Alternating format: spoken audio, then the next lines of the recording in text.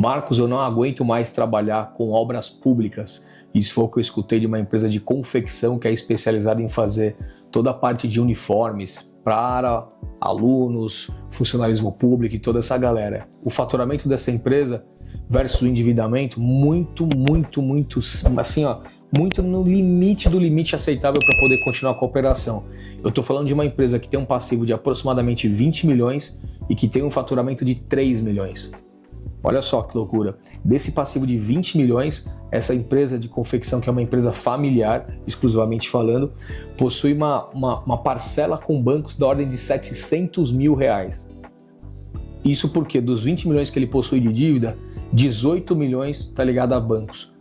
A diferença desse cliente para os demais é que ele não tem nenhum tipo de garantia atrelado ao que ele faz. Essa é uma dívida que está praticamente, como é que eu posso falar assim, no aval, tá? O restante da dívida dos 18 para os 20 milhões são fornecedores que já estão atrasados, tá?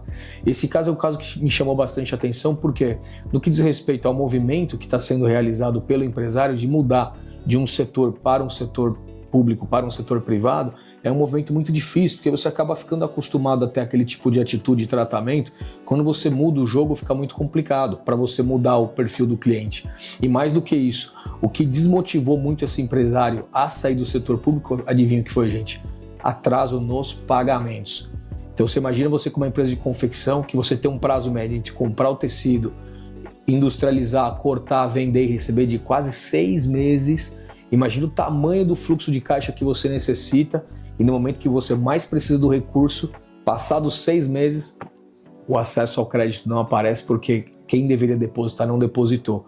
Esse cliente com essa concentração em órgãos públicos está completamente desmotivado porque de fato ele não vê mais luz nesse fim de túnel que ele está enfrentando.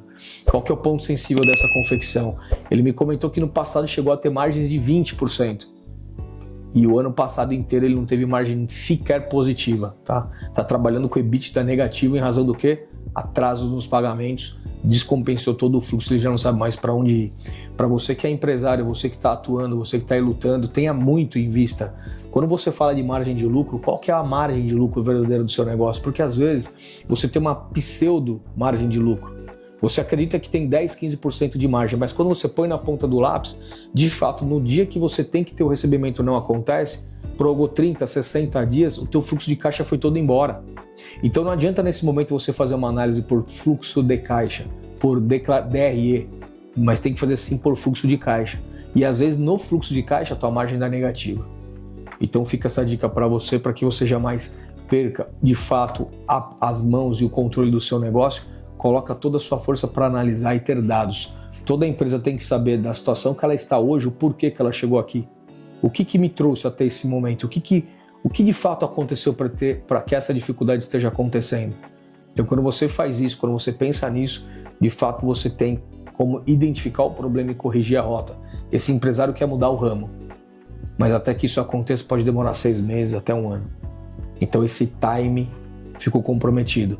É uma empresa que tem praticamente 200 colaboradores, não são poucas pessoas, é uma empresa que realmente que tem a sua função social muito clara, muito pré-estabelecida e, por um lado, algo que me trouxe bastante alegria, é uma empresa que não tem passivo fiscal, nem trabalhista e nem fiscal.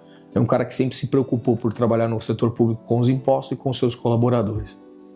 Essa é a análise do caso de hoje, empresa de confecção. Eu quero deixar uma dica para você de várias que eu atendo aqui, tá?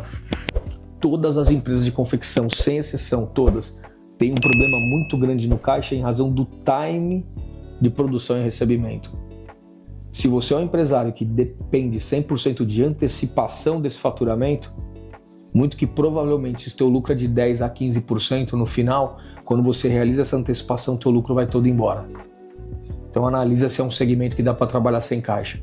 É um segmento que, no meu entendimento, tem que ter um mínimo de caixa e não pode vir da antecipação isso. Tem que vir de um fomento parcelado a longo prazo, não de curto prazo. Se você tiver um fomento de curto prazo ou antecipar todas as suas duplicatas, de fato você não tem um negócio.